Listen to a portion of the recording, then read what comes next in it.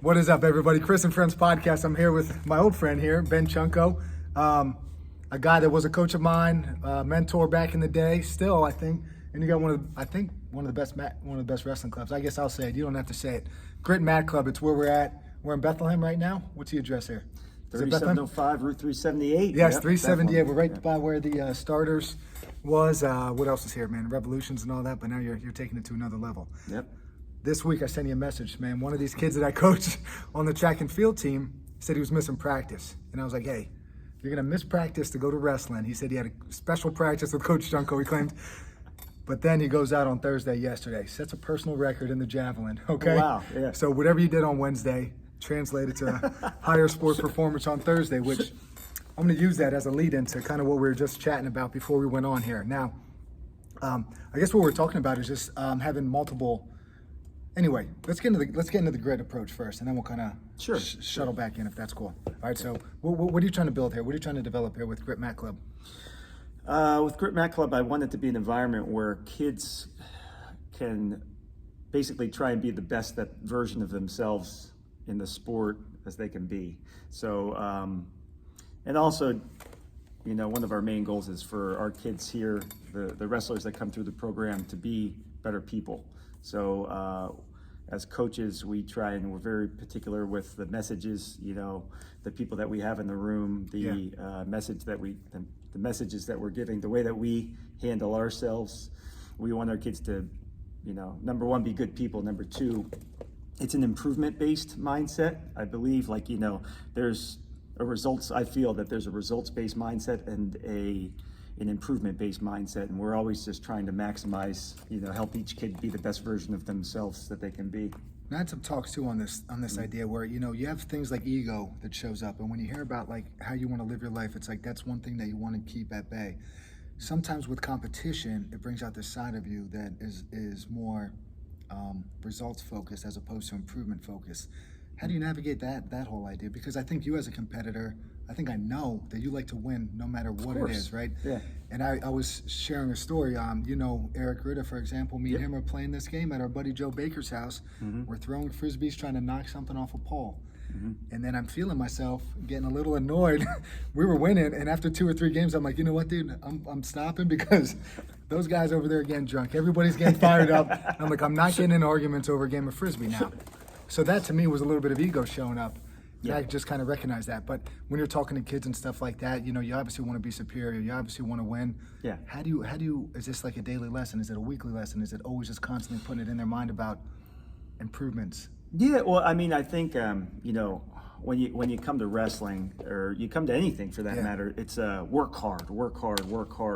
And what does that mean, right? So like when you come to practice, does that just mean like pushing yourself to your physical limit without giving it any thought, right? So like if it's any sport for that matter, but especially wrestling. So wrestling, you could get good in so many different ways, right? Yeah. So like one of the, you know, the mindset that we try and teach, and it's constant reminders throughout the practices, but it's also like, you know, every now and then we'll talk to them before practice, but it's like, what's your objective of the practice? Yeah. Or what is your objective of this week?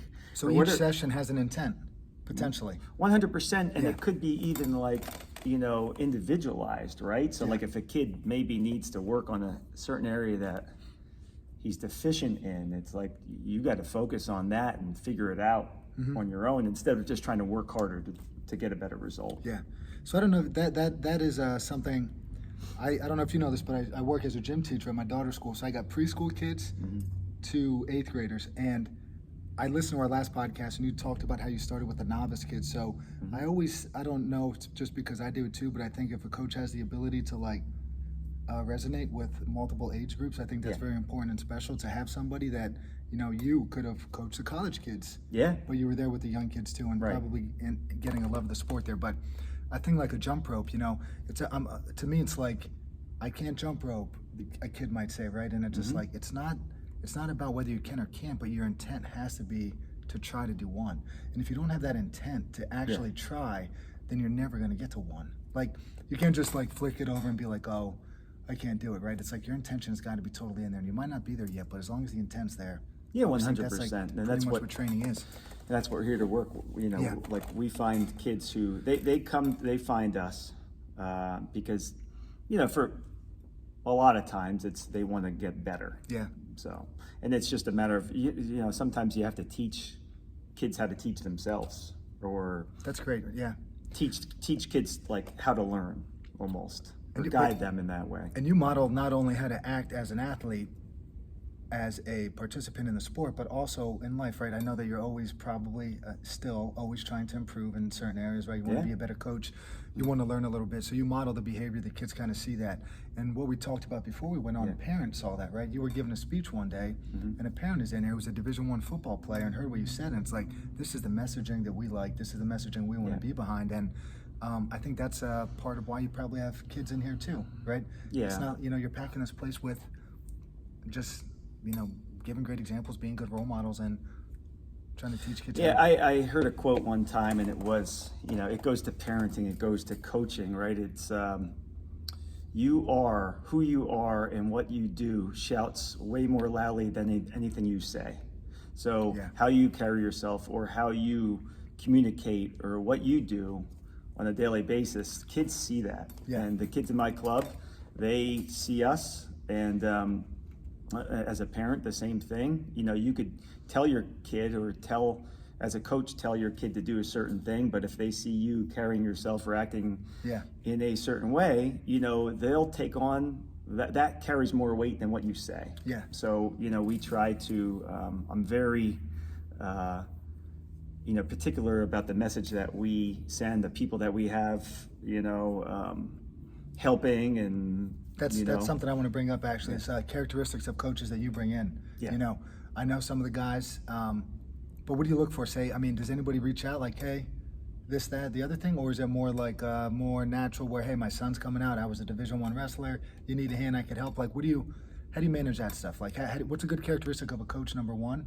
And then how do you keep those good coaches with you, right? It's hard to keep coaches around sometimes. Oh yeah. So, well, for us here, it's like a we first mentality. So like we for us, it's like being a good team player and being able to work with the other coaches in the room, and nobody's higher than the overall club itself, right? So we want people who are good people who could fit in, and were you asking about parents? I'm asking about you. Characteristics. What do you want? Your characteristics of the coaches on in your organization, on your staff. Yeah, there's an expectation of, and we talk about it, just how to, there's a lot to coaching wrestling, right? It's like, how you act in the corner, how you communicate with kids, the language that you use. So, I think we do a really good job of the people that we have helping out down in the room, taking the message that we want it to be positive. We want it to be, and make no mistake about it, we have high expectations. And we're demanding, and we hold people accountable. But at the same time, it's in the, we really always try to make it in the method where it's not negative or demeaning or, other aspects of it that could be bad. So. And before we went on to, I was talking about how, I just heard this line that was like, parents look more they research more about the plumber that they're going to hire than they would about the coach that they would send their kid to.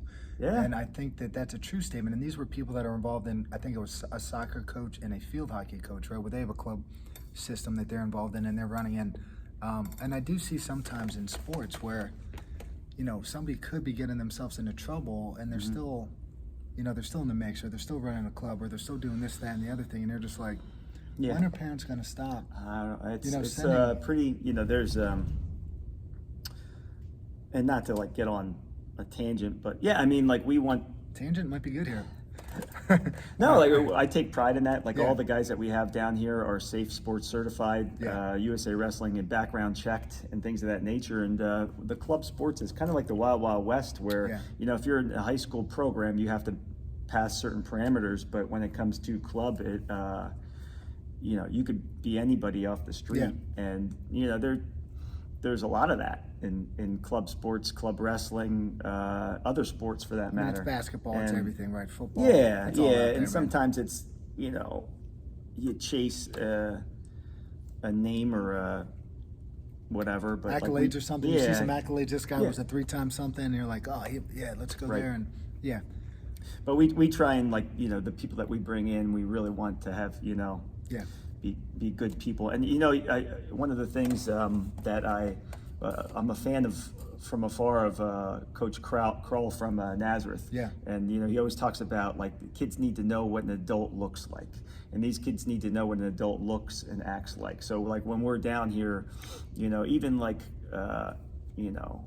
Coach Kent Lane, he's one of our youngest guys on staff, but he carries himself like an adult. And Yeah. like, these guys, like, we're consistently, bringing that message out. Like, we're not trying to be one of the kids. We're, that they need role models, and we're trying to do our best to do that. The older I get, the more I, and if my kids were to wrestle in college one day, the older I get, the more I feel like I'd want their coach to be almost like a second father, Yeah. or somebody that they could look up to and respect, more so than just somebody who's, the best wrestler, Yeah. So I've been thinking about that a lot, just because I started coaching a high school sport again, and I'm like, track and field, I haven't been able to track me in 20 years, but they needed some help, and I said, I'm available, right? And I'm like, what they had last year was so, like, low level here, and I'm like, I could at least give them more. So even just by being there and, like, hey, I got their back, Yeah. and I'll support them where they are, and we'll try to nudge them up every week. We're going to try to get like 5% better, and track's cool because it's all measurable, right? But I think just these kids are, like, kind of cool with just having somebody there yeah. that has their back and cares Yeah. about them, and just, like, is trying to support them. And I'm like, sometimes coaching is more of like that counselor, or like I don't know. I guess the fatherly role is kind of that, Well, where you have I mean, expectations, but, like, yeah. all right, There's a go good ahead. book. I just finished a book. It's called Culture Code. So have you looked No, at I've that seen it. one? Is that Yeah. Dan- is that Yeah. I mean, Daniel but Coyle or what is or yeah, he something? wrote. I think he wrote Talent Code, which is a really good book too. But, like, a couple things that really resonated. Like, number one, with program based, first off, you got to make a kid feel welcome, right? So it's like, build safety. Any organization, like, if with coaches or with kids coming in, like, now it's kind of tough because there's 100 kids coming through here a night, but Yeah. like, I try to, like, individually talk to kids. Hey, how's school going? And get to know them, and just know their names. know their names, They and have make them feel siblings, welcome. And, like, stuff if a like kid's that. in the corner, like, he's nervous, you could see that. Try and recognize that, and talk to the kid. And so build safety, make them feel comfortable. Number two is, like, just when you talk to them, even as a coach or a mentor, it's like, kind of share some vulnerability sometimes, Yeah. like, and make them feel like, hey, these coaches are human too. And like, hey, tell them about a story about how you were nervous to wrestle, or you had adversity, or things of that nature. And then, I mean, the But ultimate it's like, thing it's about not like you're just constantly talking about yourself. no, Because no. there's that too aspect of it. It's like, yeah, back in my day, Yeah, this, no. it's more about just trying to relate and share. Yeah. Trying to relate to the kids, and then just give them a sense of purpose, right? So, like, the kids who buy in here, they're finding their purpose in their sport, and everybody's purpose might be a little different, but could be. Do most kids that come here want to come here? Do you see? Is there any of that? Parent making them come on a Tuesday night? The older you get, the more they really want to be here. Yeah. I think at any, there's always going to be Yeah. parent directed. Do you manage that at all? Or you just? I mean, for example, somebody I had a camp on the 1st, right? 20-something kids out there. One girl was just like, "Hey, I don't want to do anything," Yeah. and I was like, "Oh, did you? Basically, I was like, yeah, somebody signed you up for it," and she was like, "Yeah," and I was like, "All right, well, we're here for 2 hours. Like, we have to figure out what's going to work today." Yeah, I mean, there's been situations in the past. It doesn't happen But too in often. that example, for example, would you say something to the parent or something? Or Yeah, would you, okay. Yeah. No, like, there's been cases where if a kid really doesn't want to be there, and we've had times where they're a distraction. That's where it's when trouble. it's You when can't have it's that, affecting the room. Then I say, hey, this might not be. If you don't want to be here, let's talk to your parent and issue a refund, or Yeah. it's kind of like. Yeah, that's the best thing to do. Did you ever see that movie Bronx Tale back in the day? Yeah. So there was a scene in there where somebody owed the kid $20. Oh, I and love the that gangster. scene. Yeah, the gangster was just like, "You're gonna be stressed out trying to hunt this dude down for a $20 bill. Where if you just forget about it, that guy will avoid you for the rest of your life, and you never have to deal with him. So I had a moment of that once in the business where it's like, hey, I'll gladly refund you. Right. And that is that, because I do not want to have these conversations. I don't want to have these bickering matches. I don't want to, Yeah. oh, you said this and this happened, and I'm like, Yeah, I try not to money make back. it confrontational either. Yeah. It's just like, hey, he's not. they asked for it, and it's a Right. problem. Yeah, exactly. I'll give it to you. But I always think about the Bronx now. I thought that was a great lesson, isn't it? Yeah. It's like that idiot's going to avoid you. So Yep. now he's out of your life. Good job. So we got the sports stuff going on here. How do you navigate then? I brought up kind of jokingly earlier, spring sports are going on now. You're packed in here. Yeah. All right. Yeah. Now you got Packed. kids. For example, coaching at a high school, it's when I used to do football in the weight room, baseball thinned us out, lacrosse thinned us out, track and field thinned us out. Now for the younger levels, they have things like spring soccer, they have flag football, you have wrestling clubs. Yeah. It's what am I getting at here? I guess we have there's a lot of opportunities, right, for kids to do stuff. How do you talk to the kids at all about being involved in other stuff, having multiple? Because if you don't mind me bringing up your son, for example, Yeah. in the last episode we talked about how, your middle son's an artist and he has a couple different things. He gets Yeah. into stuff. He has a few different hobbies, and is he still able to kind of compartmentalize and Yeah. keep it? Yeah, I think. But how do you encourage that? I guess with kids, if they just want to Right. be wrestling. Is there a way that you manage that? I say this all the time. I said, you're going to be, there are wrestlers and there are kids who wrestle, and you kind of, the older you get, you're going to basically make a decision on which one of those you want to be, and we'll work with you regardless, and you're welcome in the room regardless. But so I think the older you get, obviously you could be a multi-sport athlete through high school, but at certain points in time, there's going to be there's athletes in the room that make a decision at certain points in time when to dedicate themselves more. So and that's not for us to make that decision. That's for the kids to make the decision. But there's some guidance, like Canada has this training for sport type of thing where I feel like it's right around that driver's license age where they're like, hey, 16, 17. Yeah. It's like, hey, I guess if you say I am a wrestler and they're about 17, entering their junior year, I don't want to say you would say this, but I feel this is kind of a personal thing where, if someone's like, hey, I don't want to play soccer because I want to train it. In my mind, I'm like, I'm not against that idea personally. Where if you're ramping up towards that last season or two, you're pretty mature.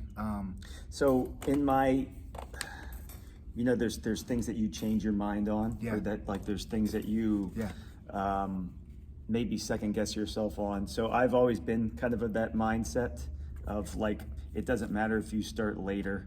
The older I get, I don't want to say I'm pushing back on it, but I don't think I mind it as much. Like if a kid really wants to dedicate themselves to a certain thing.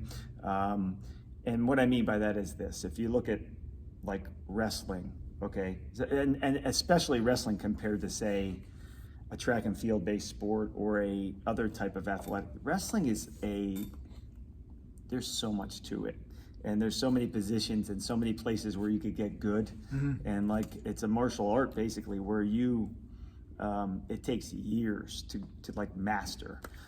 So if a kid kind of comes to you, or you look at somebody who wants to be an Olympic champ, right? I would never poo-poo somebody's dream of being an Olympic champion. And you can't, and you could say there's statistics of, see, I'm the eternal optimist, right? So you could say there's statistics of, only 1% make it to college, only, a micro percent of somebody go to the Olympics. Well, I say, why not here? Why not us? And why can't, that's one of my dreams, is to coach somebody who makes a world team or make an Olympic team. And in that regard, if a kid is motivated and say, when I was 8 years old, I wanted to be Nolan Ryan. I wanted to be a Major League Baseball player. And I went in my backyard and I drew a box on the shed and I measured out the distance to the feet. And nobody told me to do this. And I would stand back there and throw a hard ball against a wooden shed for an hour until the neighbors were pissed off and stuff like that. But there are kids out there in wrestling, and if they're into it at 11 years old or 10 years old, sometimes those are the kids that really make it far. And you're not against that idea. No, not at all. And like I wanted to say though, that Nolan Ryan example is a good one because it's like you wanted to do it, and a lot of times I think with stuff, and I'm not saying here, but just in general, that was unstructured. That was you in the backyard. Now I think there's a little bit of a loss of that free play type of stuff, that unstructured, unsupervised. Just let's go out. I think I shared it's been a couple years, so it doesn't matter. Wayne Gretzky was like, I never had a Doc Rivers basketball guy. I never had practice. Like I wanted to go. Like it was something I wanted to do. Nobody ever made me go on the pond and shoot. Nobody ever made me go to basketball practice. Like this is just what I went and did it myself, you know? Well, I look at like the kids in our club, like my oldest son Carter, and like one of his top workout partners, Braden Wemrick. Braden Wemrick's going to be really, really good.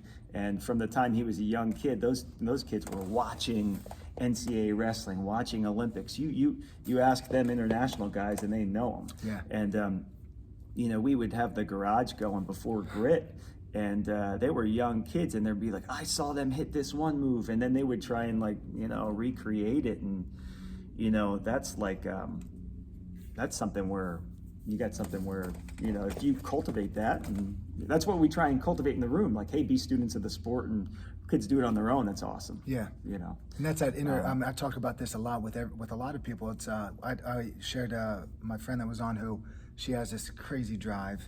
Daughter doesn't have it, and it's like, how do you try to encourage that drive? She's also a psychologist, so she works with people to try to get them, you know, just try to make their life a little bit better, right? And it's the same thing as coaching. It's like, we want to get a little bit better. We want them to take ownership, do it because I'm not making you do it, but like, let's try to create an environment where it's something that they want to, you know, approach on their own. I mean, is that kind of what you're getting at? Yeah, right? No, absolutely. Like your kid was driven, right? But, you know, you could, just to kick that internal motivation, that intrinsic motivation, that internal drive, you know, you got any insight on this? Let's say I want somebody to be a self-starter a little bit more, you know, like, you got certain strategies in your wheelhouse here? Well, or you just create the environment. Well, you create the environment, and then it's talking to people about what they want, and then holding them accountable a little bit sometimes. What about if they throw something at, hey, I want to be an Olympic champ? Exactly. Let me tell you a Dan John story. You know the guy that wrote Easy Strength? Sure, He goes to college. He's a great thrower. Yeah. His coach is like, all right, you got to throw 4 days a week, lift 3 days a week, do that for the next 8 years, and then we'll talk about it, right? Yeah. So show me that you're willing to do this for 8 years. Right. All right? And then you might be able to get on the national team or something like that, right? So there's like saying something, and then there's the actions that will support what is said, right? Well, exactly. So it's like there's goals, wants, and desires, but then your activities have to line up with that. So like our jobs as a coach, I think, is to kind of see what these kids want, right? And be like, okay, and then it's just accountability, right? So it's like having people take their own ownership and be like, hey, in order for you to do this, you have to do this. And then we have like an attendance log here, right? So like for people who have said they're going to be a state champ next year, we could pull up their attendance log and be like, hey man, you know, like, what are you looking at? Let's say, I know you don't, well, you might, because you're pretty smart and numbers minded. Do you have like hey, you got to give me, you know, the state champ's going to be doing this. Like, do you have anything in mind? Like, is there a measurable? I mean, if state champ's very hard to do, right? So it's like to be. So if you're coming 17 times in the off season. It's not, you got to be coming 17 times in 2 weeks. No, I mean, you got to be coming a lot. But those Bulgarians in weightlifting used to train 9 times a day.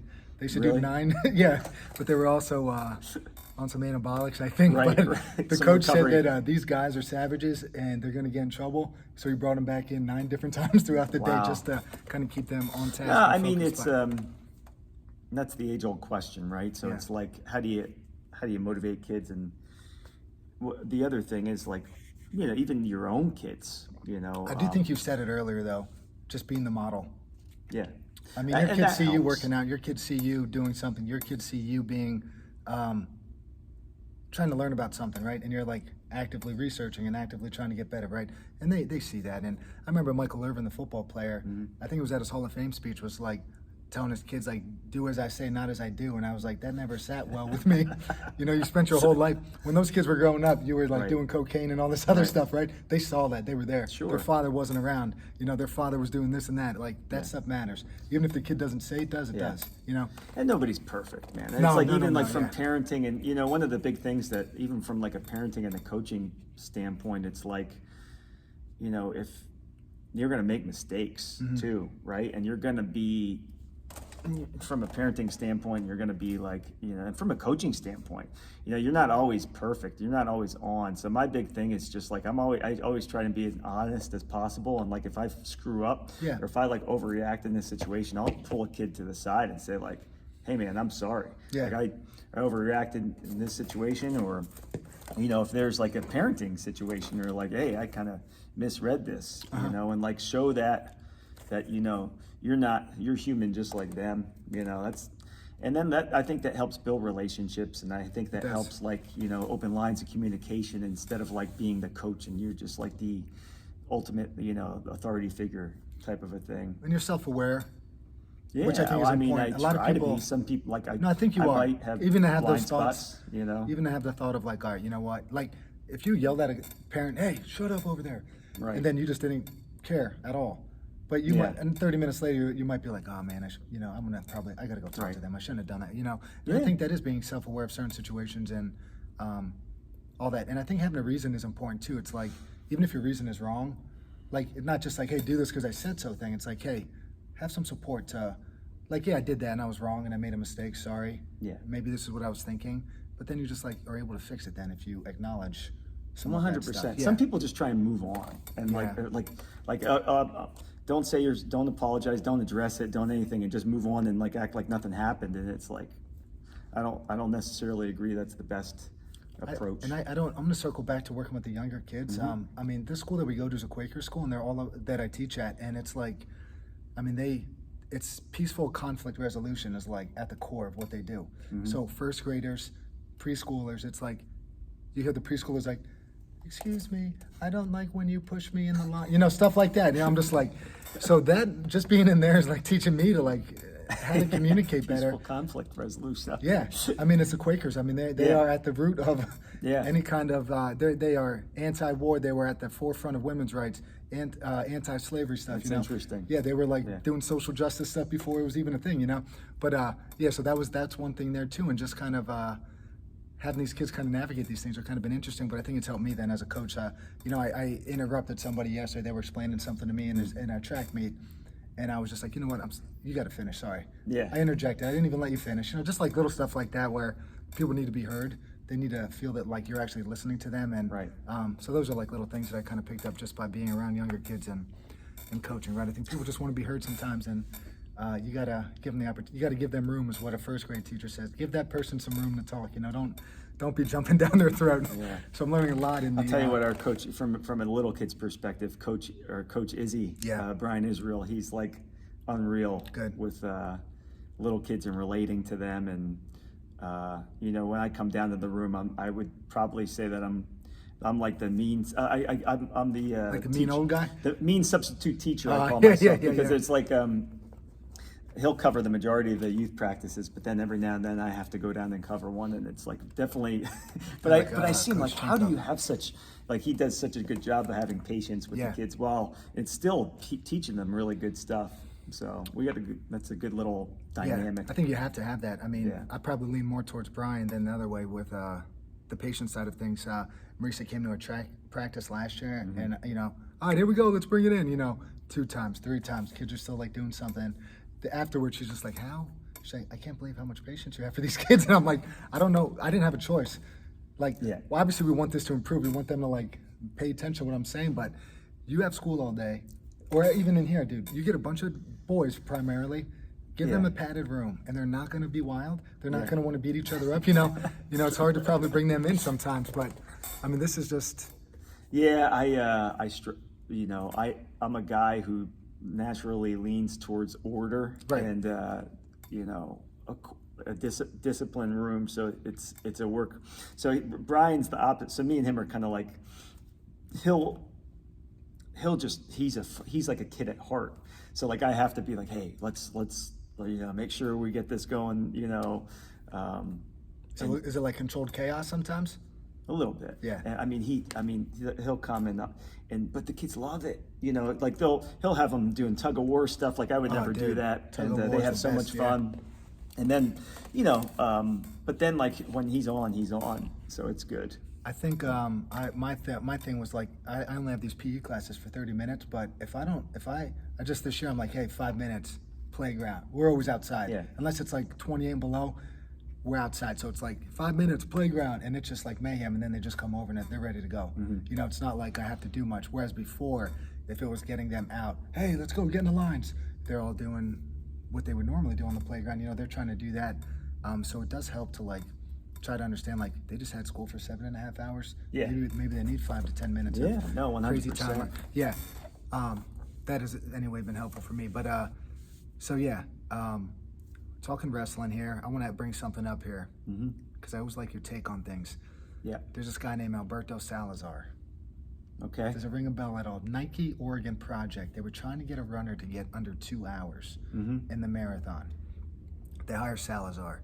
Salazar is a savage. When he was like a 13-year-old, he had like 103-degree fever, snowstorm, but he had a consecutive running day going on. He went out in the storm with like strep throat, the fever, snow, right?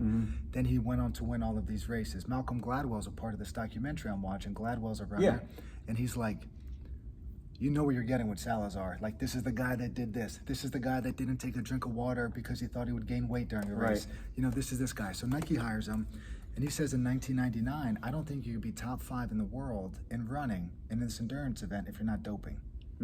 Fast forward a few years, he's the head guy of Nike. So there's always this little thing like, well, you said you can't be top 5. How are you producing these top 5 guys?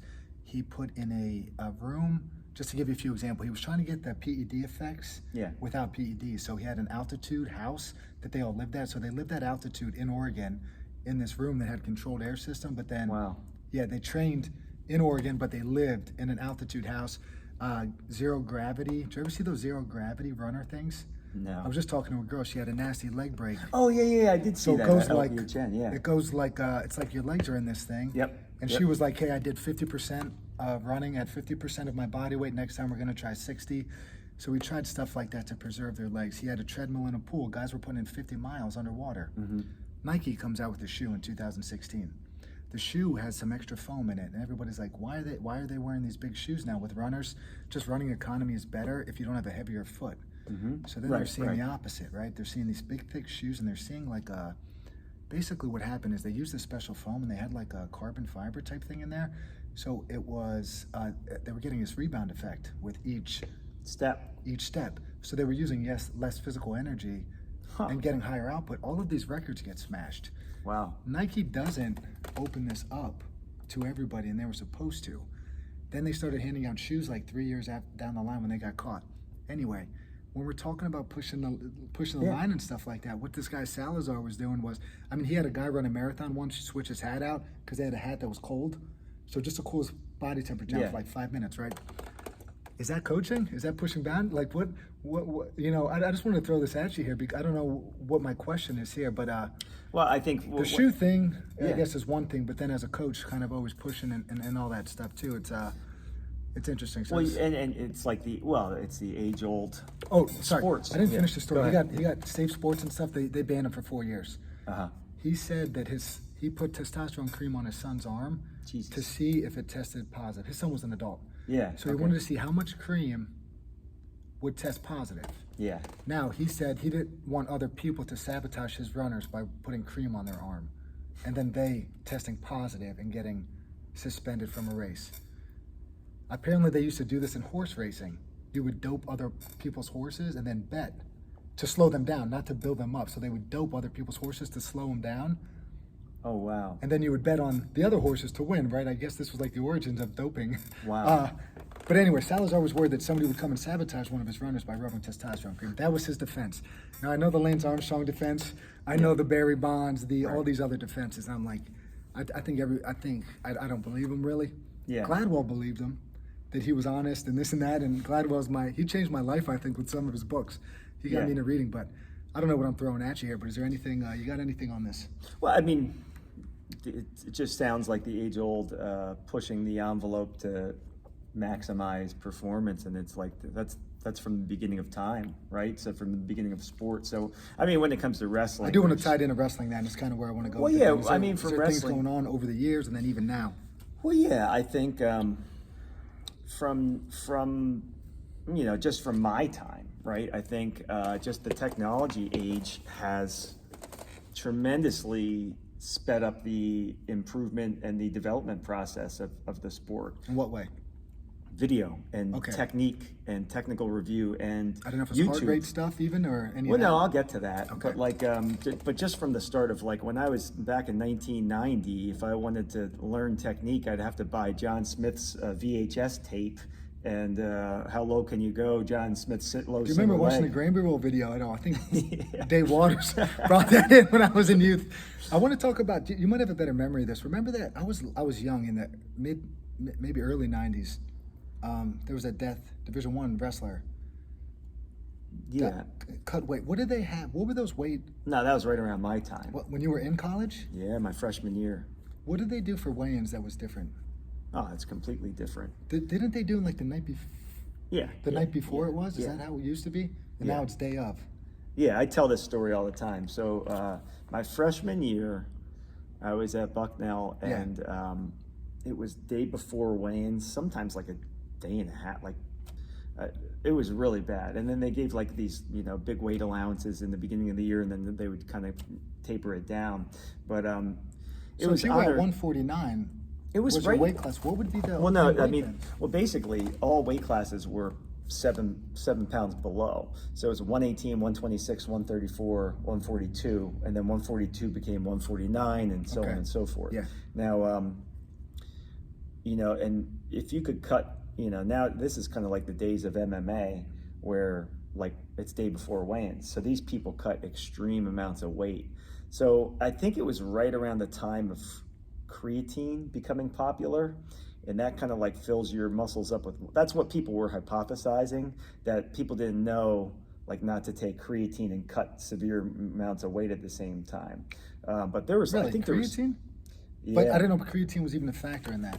No, Because in I don't theory, know. That's doesn't what they it- okay, theorized, all but right, like, no, that's fine, yeah. like because it's like muscle filling, like And I mean, anyway, in theory, it kind of, I don't want to say it floods the cell, right? But I mean, it does pump it up a little bit, right? I mean, right. Yeah. So like, but So for a weight loss sport, you would think. yeah, I don't know. All right, All I anyway. know is there's like Yeah, yeah. there was 3 deaths, not just one. I think there were several. When you were in college. My true freshman year, and Wow. I was like I was in the starting lineup, and I was one of those guys cutting a severe amount of weight.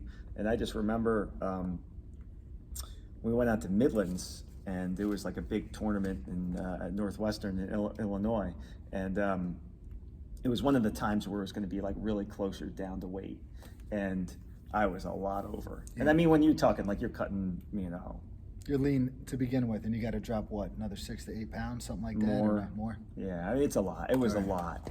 So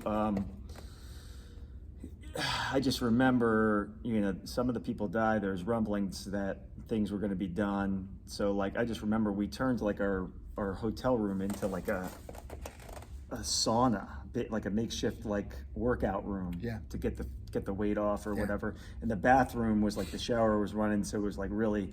And there one guy sitting next to me. He was like the weight class below me. He was a senior, and he was cracking. He's like, I can't do it. I'm just gonna go up, and he could beat me.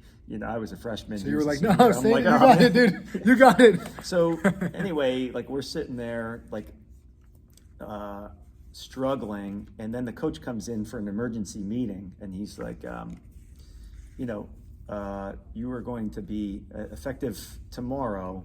Every weight class is +7. So, and we're like, Wow. what? He's like, so it's going to be, day of weigh-ins +7, and then it's like hour weigh-ins for the rest of the hour before the match weigh-ins for the rest of the year. So they made it way safer. So now the weigh-ins for college are 1 hour before? Now I think they're 2 hours before, but it's still way better than what it was. Yeah. But the thing about it is like to the point of the story was, I was like pinching myself. I thought I was dreaming, because it's like you're in a state of like, you're kind of getting delirious, you're getting dehydrated down to weight or whatever, and you're like, is this real? Yeah. So then I stepped on the scale, and it was like +7, I was still like a pound and a half over. I couldn't eat or drink anything.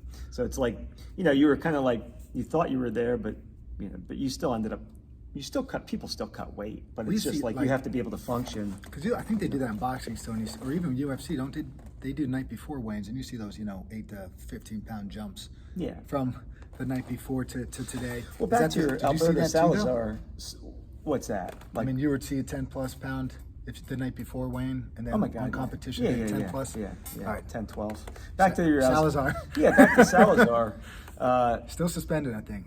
No, I mean, the next for any sport, whenever it's like a weight class sport, it's being pound for pound strength is one of the major components. So anything that can get you, and I'm very conscious of it, and I'm very conscious of like supplements and like nutrition. So nutrition and how you eat and things of that nature, and what you put into your body determines how your body looks. So it's basically, strength training, pound for pound strength diet, being as lean as humanly possible for your weight class helps. So there's all different ways. Technology is a way to push the envelope. I think like now our high level guys, they live on YouTube. You could look up, videos of the Urigan tournament over in Russia and see, some of the highest level technique in your fingerprint, like at the touch of a button, compared to back in 1990 where it was VHS tapes. There's so much, there's different ways to mental training. So people have access now to mental coaching and pre-match, getting yourself into performance state and different things. Like there's always different ways to push the envelope. That's what it makes it cool. What do you think's optimal for to be at in terms of your heart rate and stuff? So I was watching track and field again. The sprinters' heart rates are about 160 before they even get into the blocks.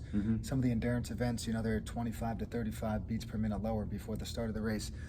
There's obviously a sweet spot with like being this arousal state, right? But what do you want to see out of the kids? Yeah, I don't know. I haven't really gotten into that much, but I know that. I'm surprised they had that post. I was watching a track event. I was surprised that was something that they discussed. They really, yeah. I know that some of the major college programs, they wear heart rate variability monitors. So like, I know Ohio State was doing it. A couple other programs were doing it where if certain numbers were out of whack, they would back down on individuals training or things of that nature. As far as a performance state, I always knew I would have to calm myself down. Sometimes I think like wrestlers get too the nerves and things you get too aroused.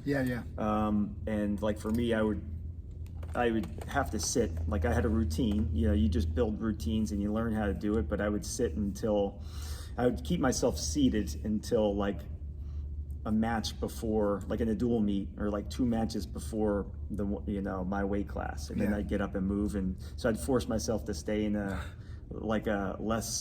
more of a calm state. So everybody's different though. So you kind of have to like find out what works for you as an individual. Now my kid, it drives me nuts. Like Carter, he'll pace for a half hour before his match, but it doesn't affect him. It's kind of like his thing, and certain people can do that and be fine. So I was thinking too. I was talking to a guy that who I brought up before here. Tom Cook was like, when you see conditioning in wrestling, you could watch these national events, and it's safe to say that none of those guys are deconditioned if you're at the national tournament. Right. But you will see matches, right, where somebody's getting pushed and they look like they're gassing and all that. And it's like, it's not because their conditioning is an issue. It's all those other little factors, I think. It's like nerves. Maybe getting too jacked up beforehand. Maybe you're nervous. Maybe you didn't sleep because it's a semifinals tomorrow. And you're like freaking out, We're a match away from being an All-American and you don't know what the heck to do about it. Right. So it's always bodies work perfectly, minds get in the way. That's a quote from the one Mental Edge, the one book that I read. It's So David Taylor even talked about it before one of his national finals matches. They said he just got before the Kyle Dake match. He came out and he was like the whole. He almost like that was like a pro wrestling event right there, man. Those are the two superstars. That was great. He altered his pre-match kind of routine where he was so pumped up and he came out like a ball of fire, and then he just faded. Just You know, lost it it, happens to the best of this every sport. Yeah. You know. And that was another thing I thought too with where that conversation was with the other guy, and even what we talk about, where I think if sometimes people lean a little bit too much on conditioning, Yeah. you know, with Oh, that push, 100%. push, right? And it's like, Well, that's my biggest pet peeve of like club wrestling. But go ahead. no, I mean that's it. I think you're gonna say it. It's just crushing, feeling that like we're not getting a workout here if these kids aren't leaving Right. gassed and exhausted and everything. But then you talked heart rate variability and all that, and I think even in the NBA they'll do, like I saw Kevin Durant, who's an older guy now in the NBA, but they'll do his jump test or something just to see where he's at. And if he's at a certain percentage of his maximum ability, they know whether it's his central nervous system or just his recovery or something, you know, maybe all of that stuff. They need to back We'll shut him down down or- tonight. Yep, We're just yep. playing 20 minutes and that's it. Or just go lift and go home or something, you know? Right. But so what am I getting at here? Football coaches back in the day, I don't know what to do right now. Yeah. Let's run Make them you into the tough. ground. Yeah. Yeah, mental toughness or whatever, right? Let's Yeah, run no, that's stadiums. like, and then that's where, like, you know, from our club, and that's like been my motto. It's, you know, we are a skills-based club, and like we go hard. Trust me. Like, Yeah. we bust. Like last night, we went. Like there's days where we go hard, and we know we have to like prepare kids and do the adequate amount of live wrestling and stuff to get kids to where they need to be. But yeah, I think there's like, you know, there's the age old, like a lot of times in youth sports especially, it's like, and this appeals to parents. So, you know, and we're like the kind of the counterculture of that, where like there's a lot of clubs out there, it's like, we're gonna make you tough, we're gonna, you know, toughness, and yeah, we're gonna be here, mental tough, and Parents like, here, and they love that. and they just love it because they feel like if somebody beats, it's a weird kind of dynamic, but if like we beat your kid and make you tough, they're going to make you better. It's like it's simple, right? So it's like the easy solution. You don't have to know anything to gas No. somebody. So like when you see, like, you know, and here's the thing, how many 10-year-olds can gas out another 10-year-old? It makes no sense to me. Kids don't get tired, and kids can't really impose their will. First off, you have to know how to wrestle to be able to do that. Yeah. Right? So you can't just like, but so we've always been a skills-based club, and for conditioning, it's wrestling. Because how do you get better at wrestling? You wrestle. You don't run sprints. You don't do push-ups. You know, you don't do squat jumps or whatever. You wrestle. And And you it's, know, it's people ask usually about sloppy. like, It's sloppy stuff. well, you ask it, like, you look at Mitchell Messenbrink, who has the highest pace in college wrestling today. His name's Mitchell Messenbrink. He was a freshman for Penn State and a national finalist, and Did he transfer from somewhere? he did. I thought I heard a story about him. I didn't follow much Everybody this year. transfers Okay, from everywhere. That's true. but, Good point. That's a whole nother topic. But, Yeah. but the point of it is, like, he gasses people out, and then like his How does coach. he do it though with his pace? Well, his coach is Ben Askren, and he's from Askren Wrestling Academy, and nice. their approach is like, I really have a lot of like respect, and I really like can relate to his approach, which is skills based, and they wrestle a lot. So people like contact Ben Askren. How does he do it? How does he gas people out? What's his conditioning program? They always ask, what's his conditioning program? And he just says, like, I could post an interview for you. I'll send a clip, but it's Yeah, like, send it. it's like, I don't know what he's talking about. All we do is wrestle hard. Yeah. You wrestle hard, you get better at wrestling, you can gas people out. And I mean, Yeah, that's it. technically, he gets better at hand fighting, so he has better position, he has better technique where he could put people. He continue to move their head. dictates the work, Right. and the other person has to react, which takes energy to react, and Yep. like. So the point of that is you have to learn that, right? You have to learn how to like hand fight in manners where you're moving people in a way that does get them tired or do get them out of position. So when you get somebody out of position, they have to use energy to get back into position. And how do you fix that? Conditioning in that example, if you get tired, you get better at the skill. Exactly. You get better at hand fighting. You get better at managing it. Right. Because if you can manage it better, it's not going to gas you as much. It's not Yeah. more sprints after practice. It is. Yeah, I don't post much on social media, but I had a clip. I was going to post it. I never did. I'll send it to you. But yeah, Ben Askren has a good clip on it, and it's like, Well, he's funny too, so I'm sure it's funny. Like his response. well, he's very opinionated, and Yeah, he's yeah. very, you know, like he'll say it in He's a a good smart manner. dude, man. Yeah. Yeah. But with like with wrestling too, and I want to bring up a point earlier. You know, you watch the UFC, for example, and they talk about wrestlers.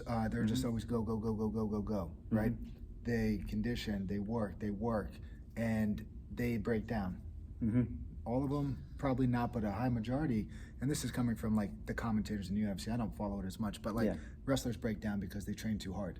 Yeah. Talking, about one Lehigh wrestler a while back who won a national title. He had this pop, he had this power, this explosiveness, but he also wanted to go, go, go. So as a coach, they were like, chill out on the endurance work because you're going to lose your pop. You're going to lose that power. You're going to lose that strength if you're too endurance minded. I mean, as a coach, it is your job to probably pull back. Yeah, almost as much. 100%. Like I've been, I think one of where I first started like hearing I think Lehigh historically has done a great job of managing wrestlers, and even with Strobel and Pat Santoro and those guys, they do a really good job of that. And even earlier on, like my father-in-law, Don Rohn, even like they talk about him being like, he's the prototypical, make it like he's like hard-nosed. His kids are always hard-nosed, tough guys, but he's always been a proponent of recovery and rest days and, taking days off and feeling fresh. And even when I was in college, I knew like my body was breaking down, and I had conversations with my coaches to take time off. We did it successfully with Brandon Palick his senior year. I think big bodies need it too. Yeah. More than so. Midway through the season, we gave him over a full week off of the mats completely in the middle of the season, just to like reset, be fresh, and things like that. And just days here and there really help. So no, I 100% like agree with that, and I think a lot of coaches are getting, in the wrestling community, are getting smarter in that regard. Yeah.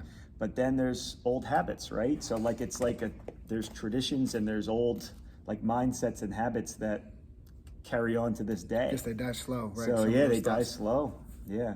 So like I think like and with Dan Gable quote, outwork them all, for example. One would argue that for as good as he's been for the sport, like did he do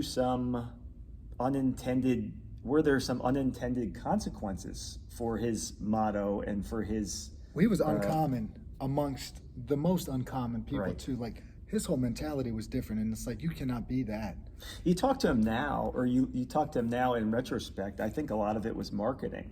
And for him, he talks now about how, he trained like an insane madman, but he always recovered. So he would do sauna workouts, he would do things to try and get himself to recover. I remember him saying, he learned that in Russia.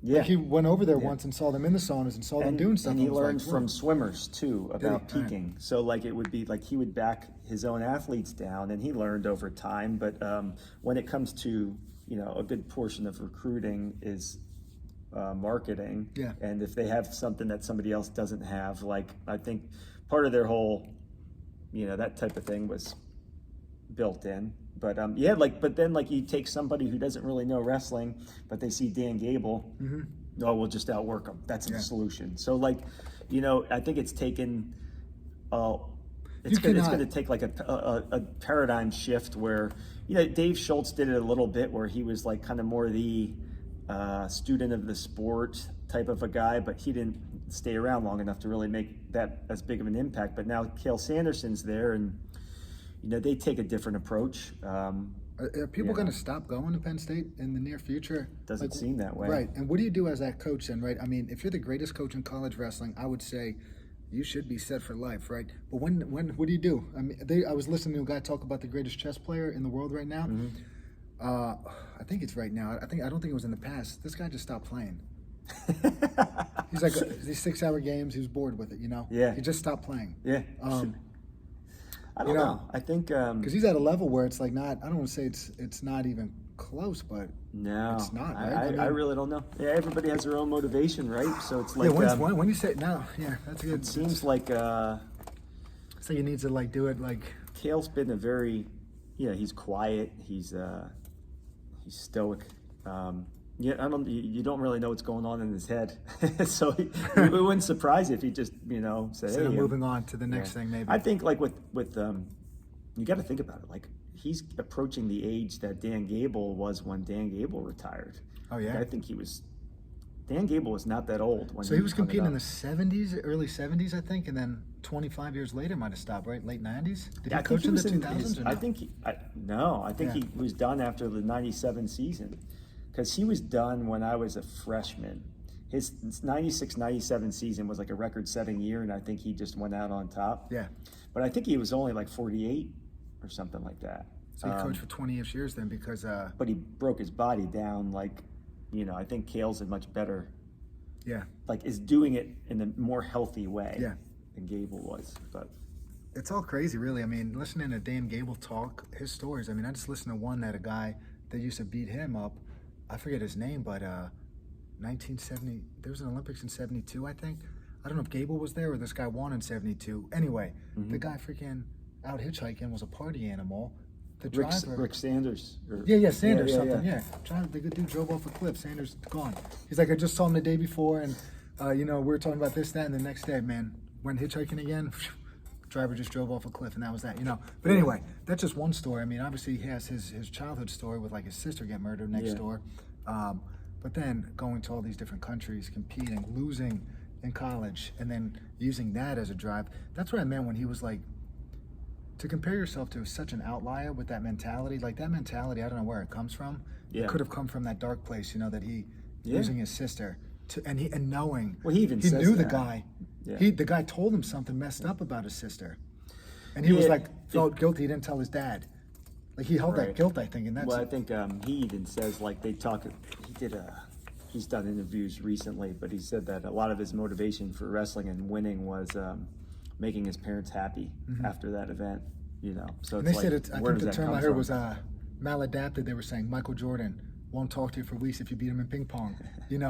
David Goggins is like on another level, right? Well, those people, nobody would see that mindset and be like, oh, I want my child to have that, But then those are the people that maladapted was the right word that they were using. And I was like, yeah, that is true. That's not something to strive for, but sometimes you need that to get to be the greatest basketball player of all time, or the greatest wrestler, or whatever. I think Maybe you don't need that. Maybe Cale Sanderson's proven me wrong, I guess. well, no, I think you could be both. Tom Brady is the same way, I think. Like he was like he that, takes it to an yelling at extreme. his coach and Right.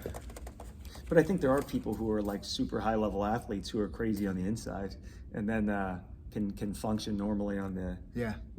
I don't think if you. Myself, I think there's like a gear in there that's a little extreme, and like you look at a guy like Cale Sanderson, he seems like I'm sure he's an ultra competitive guy, but I don't know. But he's not going to show that as much, or negatively. Yeah. All right, man. You got any? I got to wrap up soon, man. You got anything for me? I'm good. Anything? Let's think here. I got my note cards of stuff here. Anything good? What did you miss? Anything? What did we miss? Well, we didn't talk. I guess we talked about the ego a little bit, having multiple things. Somebody told me it's good to live in multiple rooms. She got that from a book, and I think it's important where if one of your rooms is destroyed, you still have some other rooms that you could kind of lean into and fall back on. Don't define yourself by just one act, right? If you're a wrestler. Yeah. Oh, this was about being anxious too, I think. I don't know if did we record this or was this before? I don't remember. It was before. Right, so it's like, if you have a couple things going on and you have that big tournament coming up, you might not be as anxious as you would be if you just defined yourself as like. Well, my middle son, Gavin, he, it's funny because he would get nervous before matches and like, but he's good at art and stuff like that. And he would actually, he started trying this and it ended up helping him. But he would draw before matches. So like I said, I had to keep myself calm. Yeah. Like I'd figure out ways to keep myself calm. Well, his way to keep himself calm was like doing some artwork or drawing and stuff like that, which that's is cool. It is, but if you didn't have that, right? Yeah, you might be he's that just anxious sitting kid there then, and being like, oh crap, I'm nervous as hell. Without strength and conditioning, I mean, you touched on it a bit. What's the role? This is what I got going on. At the end of the day, no matter what I read, being strong is good. Mm-hmm. Doing some sprints is probably good. Yeah. Doing some explosive stuff is probably good.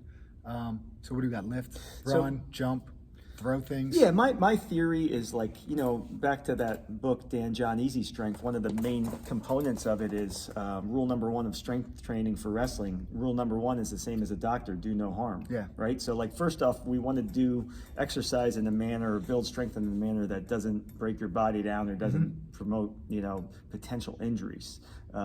So we don't look at, like, I don't look at like strength training as much as a conditioning component, because you get enough conditioning from wrestling. Yeah. So we use it as a, you know, ultimate, you're either building ultimate strength, or if you want to need to put on size, you need hypertrophy training to put on some size. As far as conditioning, like if you look at our room, our conditioning, you know, and that's something that like if our athletes feel they need extra conditioning, we recommend them do that on their own. Like go run some sprints on your own, or do some extra, like, you know, whatever type of conditioning work you want to, like some type of a HIIT, high intensity interval training program, do on your own.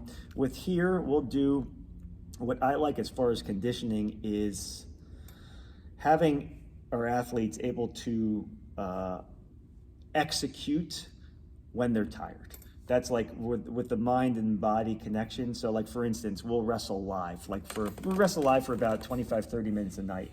And hard goes, like that's conditioning. So for in our mind, that's conditioning. But at the end of those hard goes, we may do stance and motion goes, where they need to focus, they need to stay in a stance while they're tired. So they put in the work while they're tired. So it's more of a, you know, slight mental reminders and being able to execute while you're tired. Yeah. But we don't we do it in a certain extent, within moderation, or we'll drill hard like after those live goes as a form of conditioning. So like just the conditioning to condition is like not productive in my mind, but like say, hey, you got to hit a sweep single perfect while you're like fatigued. Like that's a skill, you know. So we try and do things with a purpose when it comes to conditioning. Good. You know. There was but even I think it's I was talking our daughters go to school together, but the swim coach at Lehigh was like, we have all these different events, and some of our guys were just getting too jacked. They were getting too puffy, and their muscles, it was kind of a little bit more fast twitch fibers rather than the endurance minded one. So their muscles were getting all blown up. They were starting to fade in the races. So just being like managing the strength conditioning aspect, he said some of our kids needed more time in the pool. Others needed less time in the pool, more time lifting, more time recovering. And I'm like, Jesus. Everything's individualized. Like, you know, you look at people who can cut weight and people who can't cut weight, and people who need this more than that. And, you know, that's where it comes down to the individualization of everything too. So like there's some guys who they're strong enough, right? So it's like I think pound that's for pound true. strength, and they just need more time to develop skills. And then there's some kids who maybe their skills are good, they have great timing, they have great feel for the sport, but man, they're weak. Yeah. So get them in the weight room, get strong enough, right? There's always that fine line. There was it was Dan John again, I guess. I read all of his stuff too much maybe, but he's like, I took my back squat up from 450 to 525 and my throws got worse. Really? So he knew that like I got slower because of the slow lifting. Yeah. So for him, it slowed him down, and it you know, it didn't serve him. So there's a strong enough point, it seems, with sport, right? Where, which is important. But anyway, man, I got an appointment in 17 minutes back home. I'll text them. They're coming from Lehigh, so I think I'll have to beat them back. But anything else, man? Grip Mat Club? No. Bethlehem, dominating. Thanks for 50, 60, I know me. Ben won't say, but they got this place packed. He showed me some videos, and they're doing awesome. And everybody that comes here seems to love it, so. There's one here. This is it. This is the last thing. 4 things we need. Yeah.